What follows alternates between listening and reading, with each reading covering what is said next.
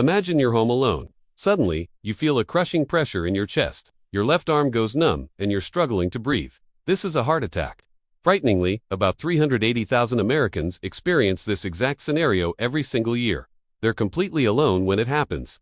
Now, here's a statistic that should grab your attention. A major study in the European Heart Journal found that seniors who knew precisely what to do in the first 60 seconds of a heart attack increased their survival chances by a staggering 73%.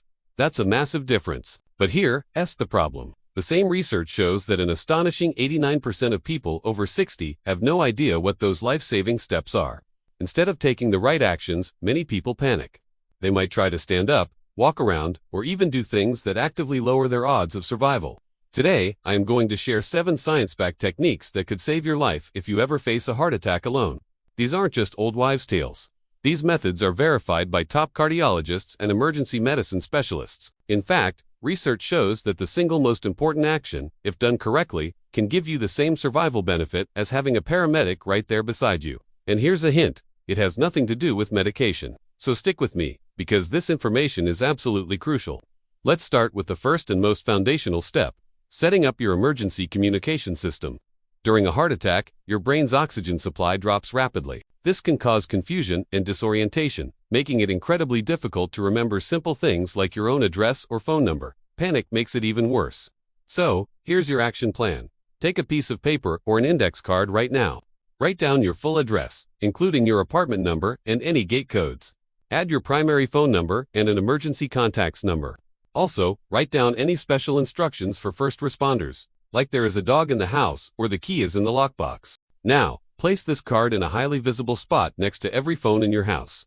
Tape it to the wall by your landline or stick it on the back of your cell phone case. Next, always keep your phone charged and within arm's reach. Whether you're in the living room, the kitchen, or the bathroom, your phone should be accessible. And if you have a medical alert device, wear it constantly. It's not just for when you're out and about. Most emergencies happen at home. Finally, if you live in an apartment building or have trusted neighbors, inform them or the building staff about your health condition. Let them know where a spare key is. This simple act of preparation can drastically reduce the time it takes for help to reach you. The second technique is called cough CPR. Now, this one comes with a very important disclaimer. Cough CPR is a temporary measure that can help maintain blood flow to the brain. But it only works if you are conscious and experiencing specific types of heart rhythm problems. It is absolutely not a substitute for calling 911.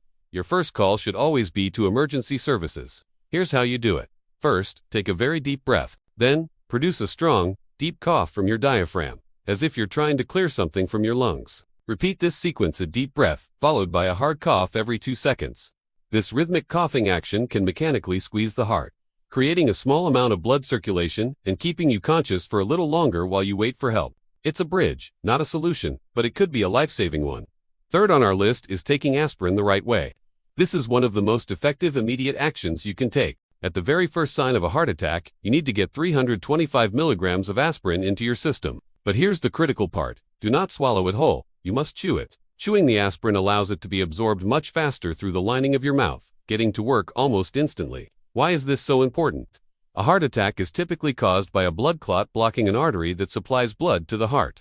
Aspirin is an antiplatelet agent, which means it helps prevent that clot from getting bigger and can even help break it down. Chewing it delivers this powerful effect minutes faster than swallowing, and in a heart attack, every single second counts. Make sure you have non-coated chewable aspirin in your first aid kit, your car, and your purse.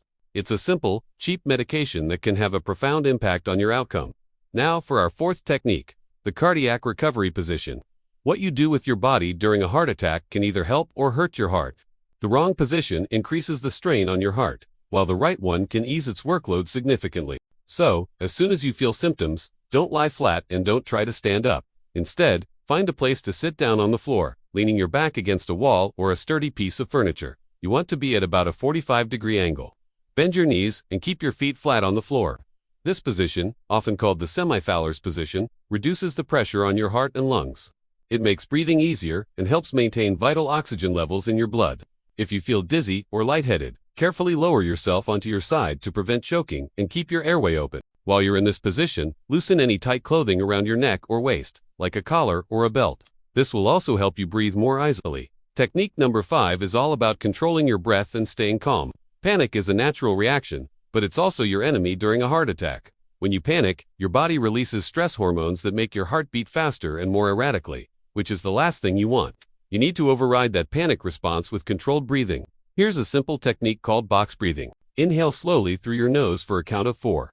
Hold your breath for a count of 4. Then, exhale slowly through pursed lips, as if you're blowing out a candle, for a count of 6.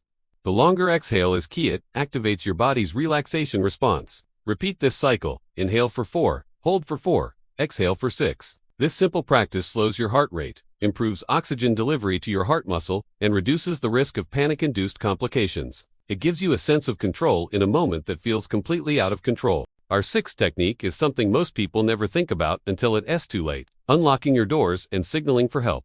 Paramedics can't help you if they can't get to you. Studies have shown that a locked door can delay emergency medical services by an average of 11 minutes. 11 minutes you do not have. As soon as you've called 911, your next move is to get to your front door and unlock it.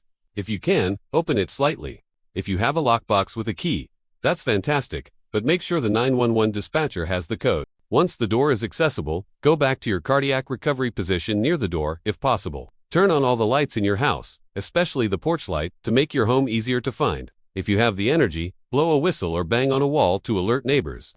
Making it as easy as possible for help to find and reach you is a non-negotiable step.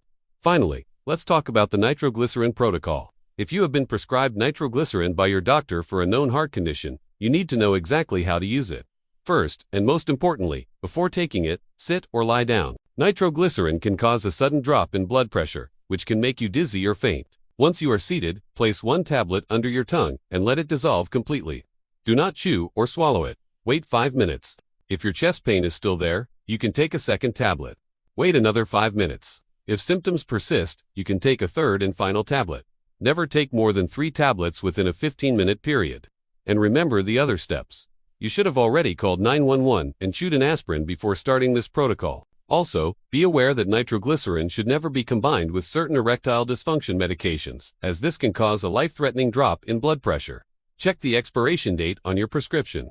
It needs to be replaced every 6 months to ensure it's effective. So there you have it, 7 techniques that can buy you crucial life-saving time until help arrives.